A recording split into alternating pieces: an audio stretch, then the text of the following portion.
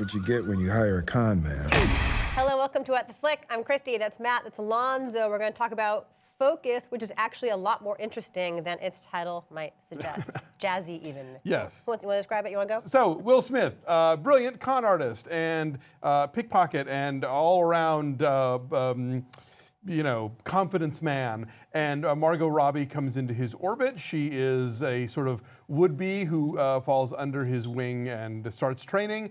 And things get complicated from there. Take a look. I can convince anyone of anything. You see, there's a science to getting people to trust you. I want in. With your current skill set, you don't. Maybe he could teach me in your room. That is so bad. Is it? Does it feel sexy on your face? A little. It does. Okay, let's go. We're about 30 strong. Everybody gets a percentage. They hit quick and get out. Who's the girl? She's our intern. You hitting that? I'm right here. No, Farhad, I'm not hitting You that. should hit that. When marimba rhythms start to play, You never drop the con. dance with me, Never break. make me sway. Where are the black people? Like a lazy I got this. ocean hugs What? the shore. Oh, sorry. Hold me close. Congratulations, you're a criminal. You might be one of the best I've ever seen. If it brings me to my knees, Is he a mark? That's fantastic. bad religion. He's not a guy you want to cross. All of it. 1.1 million. Nikki, that is my money too. Now you make things interesting. There's no room for heart in this game. It'll get you killed. How's it feel? I can never make them love me. There's two kinds of people in this world. There's hammers and nails. You decide which one you want to be. No, it's a bad religion. So this movie was really, really fun for a long time until it wasn't.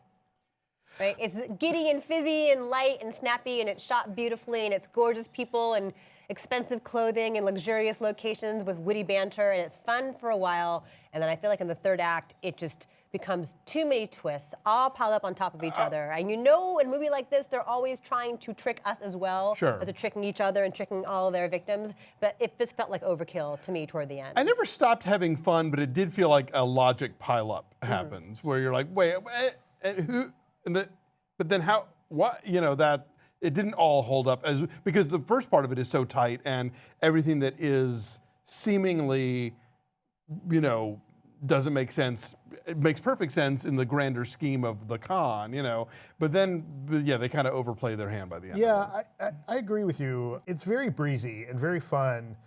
And then there's, you know, you see a few hints of this, but in the third act, suddenly I felt it's going for this level of being heavy that didn't work for me. Like it wants to be, oh, people's lives are at stake. Oh shit, people are gonna die. Like suddenly it wants to tip into this really paranoid territory where you see shadowy figures and at any moment somebody might come out of a van and like disappear you. And it's this almost just really weird, again, paranoid sense that I don't think fit the rest of the tone. Now, it wraps up okay, but up until that part, I liked it. And then it just got too heavy. I will give the movie points for this. A lot of times in these kind of movies, I know they're out to fool me and fool me again and fool me again. And for certain movies, if I don't feel like I'm along for the ride, I'll just sort of fold my arms and wait for the last 5 minutes when they explain everything. And this one, I was constantly engaged because rather than a lot of overarching bait and switches, there's a lot of short ones. So all along the way, there's a new thing that's going on that's fooling you. And what the filmmakers do really well, these are the guys who wrote Bad Santa and wrote and directed I Love You, Philip Morris. And Crazy Stupid And Love. Crazy Stupid Love. Glenn Ficarra and John Requa. Right. They what I like that they do here is they and I won't go into details. There's no spoiler here, but they'll do things where at first you think, oh, that's a lazy filmmaking choice, and then you circle around and find out, oh no, there was a whole thing behind that, and so you played me as well as you played, the characters in the movie. Yeah, there are a lot of really great choices here. Things that you think are conventions in other movies, song choices especially. Right. and you have a new appreciation for how these things, it's very self-aware, and they have a new appreciation for how these elements work. We should just say that Margot Robbie is a total freaking superstar. You don't know me. Yeah, she's stunning. She's a star. She's great in gorgeous. this. She's gorgeous. She's more than gorgeous. Here's the thing. For me, an actor who pops on the screen is somebody who I feel like either I lose them in the character, or even if I'm just looking at them as a movie star, I'm looking at them as something sort of unique and fresh and different. Watching Margot Robbie in this movie, I kept thinking she looks like Jamie Presley and she talks like Emma Stone. Because she has a husky voice. Well, she's Australian and she's doing this American accent, and it's a good American accent, but it's like she learned an American accent by watching Crazy Stupid Love over and over again or something. I don't know. I mean, she's fine. I'm not saying she's bad at what she does. It's a convincing performance. She is, gorgeous. No argument on either of those. But she doesn't feel like her own person yet. And she may well blossom into something else. This could be like Charlize Theron, the Mighty Joe Young years, where they didn't really know what to do with her, and she was just pretty. And then, she sort of found her own kind of persona on screen. And what's interesting here, though, is that it's a totally different character than who she played in The Wolf of Wall Street, which is what made her a star. But what's funny is that she actually wrapped Focus the morning of The Wolf of Wall Street's premiere. So she'd already made this. Wolf of Wall Street hadn't come out yet. It wasn't like she was in that and was great and this got her that role. Like that was done. She has tremendous chemistry with Will Smith, who is a formidable force. He's having a good time, which after fine. Earth, thank heaven. No, it's like he's finally found this great gear as he gets into middle age. And it's sort of shocking to think of Will Smith as a 47-year-old. He's approaching 50. He's the parent who just don't understand now. Yeah, no, he is. But he's sexy and funny and charismatic, but also vulnerable and kind of broken. He's like sort of found the looseness, which he did not have for a while. Yeah, I liked them both in this. I thought Gerald McCraney was good in this. Some very sharp lines. Very sharp.